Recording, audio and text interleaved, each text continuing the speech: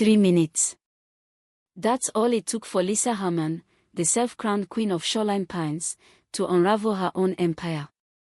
She called 911 because I was grilling ribs at my lake cabin, ribs, of all things. But in those 3 minutes, her absurd emergency call handed me the keys to dismantle her HOA's 5-year reign of terror. By the time the smoke cleared, 50 families were free from her bureaucratic stranglehold, all because she couldn't handle a whiff of barbecue. This story is so wild you'll swear it's fiction, but I've got the video evidence to prove every word. It was a Sunday morning, 11:30 a.m., the kind of perfect day that makes you feel alive. I'm Lucas Bennett, 32, a burnout software developer who traded city stress for a cozy cabin on Echo Lake. I'd moved in a week earlier, and this was my celebration: premium beef ribs slathered in my grandma's secret marinade, sizzling on a Weber kettle, with classic rock humming softly from a Bluetooth speaker. The thin blue smoke curling up was barbecue perfection, a moment I dreamed of for months. Shoreline Pines, a cluster of 30 homes around the lake, was idyllic, decent neighbors, shimmering water, and, unfortunately, a homeowners association. I figured I could handle a little HOA nonsense. I'm a low-key guy, follow the rules, keep to myself. How bad could it be?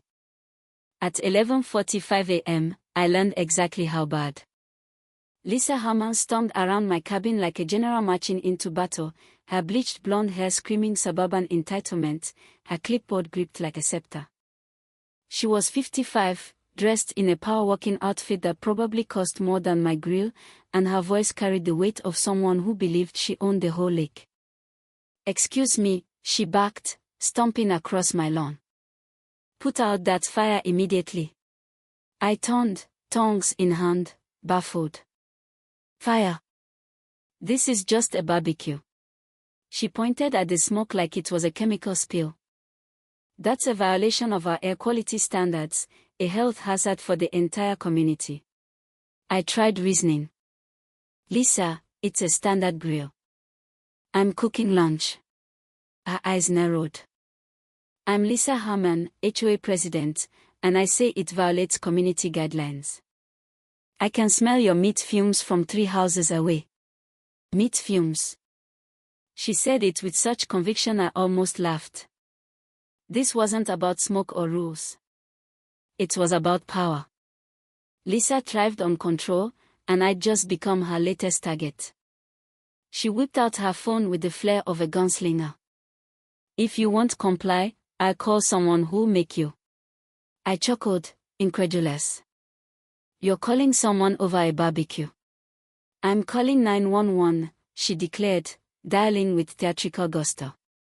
"Yes, I need to report a serious air quality violation at 847 Lakeside Drive. The smoke is thick, toxic, threatening the entire community." I stood there, tongues dangling, as she described my ribs like I was running a hazmat operation. The operator must have pressed her, because she doubled down, "It's everywhere. We need immediate response before someone gets hurt." She hung up, smirking like she'd won a war. "Now you'll learn about community rules." 3 minutes later, sirens wailed. 3 minute stats how long it took for Lisa to expose herself as a tyrant who'd weaponize emergency services over a cookout. As the patrol car pulled up, I knew this was my opening. Officer Delgado, a young cop with a seasoned skeptic's gaze, stepped out, expecting a crisis. He saw my grill, the gentle smoke, and his expression shifted to disbelief. "We got a call about dangerous smoke conditions," he said, glancing at Lisa. She rushed him, clipboard in hand. "This man's creating toxic pollution." Delgado inspected the grill, then her. "Ma'am, this is a barbecue. The smoke's minimal, within normal range." Lisa's face turned crimson. "But the air pollutants." Delgado sighed. "Barbecue smoke isn't a pollutant. He's within his rights." He shot me an apologetic look and drove off. Lisa glared, venom in her eyes. This isn't over. She was right, but not in the way she thought. Monday morning, My mailbox was a war zone. Lisa had unleashed a barrage of violation notices on official HOA letterhead. Noise violation, $300 for my speaker's soft classic rock, measured at 42 decibels, well below any limit. Landscaping violation, $200 for grass 3.2 inches tall, 0.2 inches over the maximum. Appearance violation, $400 for my cabin's natural wood stain, unchanged for 15 years. Parking violation, $150 for my car's non-regulation angle in my own driveway. Signage violation, $200 for house numbers in the wrong font. Storage violation, $175 for a visible garden hose. Total, $1,425 in fines for grilling lunch. Then came the NOCUTA certified letter threatening to cut off my water and electricity in 48 hours unless I paid. I sat in my kitchen, staring at the cabin I'd worked years to afford, my sanctuary now a battleground. I'd escaped corporate politics only to face suburban dictatorship. By Tuesday night, defeated, I listed the cabin for sale online, my dream crumbling under Lisa's petty tyranny. Wednesday morning, George Miller, my 70-year-old neighbor, knocked on my door, 2 coffees in hand, his weathered face serious. "Saw your listing, Lucas. Don't do it." We sat on my deck, the lake shimmering. "Lisa's been terrorizing this place for 5 years," he said. "You're not her first victim." He revealed Lisa's obsession with my cabin, how she'd offered the previous owners, the Wilsons, double the market price.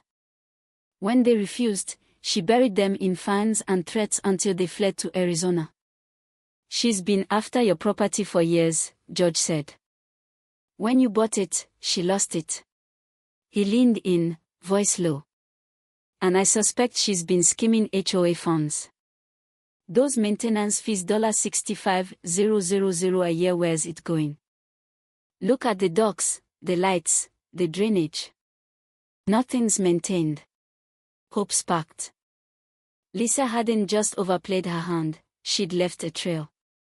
I pulled my listing and dove into the HOA's financial records, my data analysis skills humming. Lisa stonewalled, claiming the records were unavailable or needed board approval, but I cited state law and threatened regulatory action. She relented, and what I found was staggering. The HOA had paid $65,000 to Lakeside Solutions, a company owned by Lisa Harmon, for non-existent maintenance, $30,000 for dock repairs that never happened, $15,000 for flickering streetlights, $12,000 for overgrown landscaping, $8,000 for flooded drainage. A tour of the community confirmed atropine docks, burned-out lights, puddles everywhere. Lisa was embezzling, funneling HOA money into her own pocket. Emails from 2 years ago showed her harassing the Wilsons with fines mirroring mine, escalating to a proposal to seize their cabin via community development powers for a below-market sale to herself. She was using the same playbook on me, but I wasn't folding. I called an emergency HOA meeting, citing financial irregularities. Lisa tried to block it, claiming I lacked standing, but I quoted bylaws, forcing her hand. Word spread like wildfire. Neighbors whispered about the new guy challenging the HOA queen. Some were skeptical. She'd ruled for 5 years, but others shared stories of her tyranny, fines for wrong mailboxes, ruler-measured fences. Thursday's meeting was electric, the community center packed, standing room only. Lisa arrived in a designer suit, flanked by loyalists, her folder thick with intimidation. She opened with a commanding speech, painting me as a rule-breaking troublemaker. Mr. Bennett's reckless behavior, including dangerous air pollution, required emergency intervention, she said, twisting my barbecue into a near disaster. Her supporters nodded, but the room was tense. I stood, connecting my phone to the projector. Rather than take my word, let me show you evidence. The first slide was Lisa's email to the Wilsons, offering to buy their cabin and hinting at avoidable HOA actions. Mama's report. When they refused, she buried them in fines, I said, showing violation notices identical to mine. Sound familiar? The next slide revealed Lakeside Solutions invoices, tied to Lisa's home address. She billed $65,000 for maintenance that never happened. Look at our docks, our lights, our drainage. The room went silent. She didn't just harass mesh stole from you. Lisa's face paled. Those were legitimate violations, she shrieked, but the crowd wasn't buying it. I showed her proposal to seize the Wilsons' cabin, exposing her greed. The mamas turned to gasp. Lisa's empire was crumbling. She didn't go quietly. Over the weekend, she launched a revenge campaign, anonymous letters threatening, "You ruined this community. Watch your back." Late-night calls, one ring to jolt me awake. She drove past my cabin at odd hours, sometimes idling at my driveway, watching.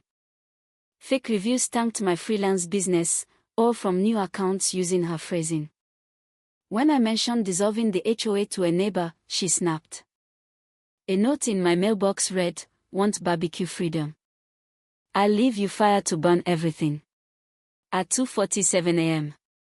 Thursday, my security cameras pinged. Lisa, wielding a golf club, was destroying my patio, smashing tables, chairs, my grill, soaking cushions with my hose, uprooting my girlfriend's flower boxes. "If I can't have this place, nobody can," she ranted, spray painting the "Get Out" on my cabin. She slipped on the wet deck, leaving a monogrammed scarf cut on the grill, her downfall captured on video. Friday morning, I showed Officer Delgado the footage. "Clear-cut vandalism, trespassing, destruction of property," he said, stunned. By noon, Lisa was arrested, handcuffed in front of neighbors she'd bullied for years.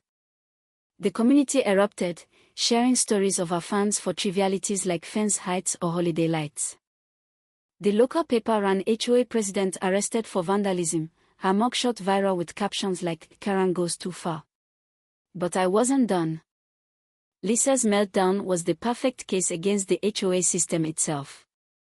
At Tuesday's meeting, packed with hopeful residents, I proposed dissolving the HOA, replacing it with a $50 per month property management company for essentials, saving $90,000 yearly. "Lisa's abuses show what happens when neighbors control neighbors," I said. George stood.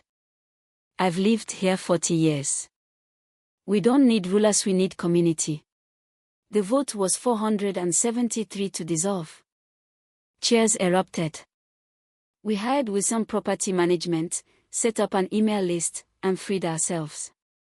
6 months later, Lisa's house sold. She pleaded guilty, paid restitution, and vanished. Property values soared without HOA shackles. A community garden bloomed where her house stood, a symbol of collaboration. Every Sunday, I grill ribs, the smoke a badge of freedom.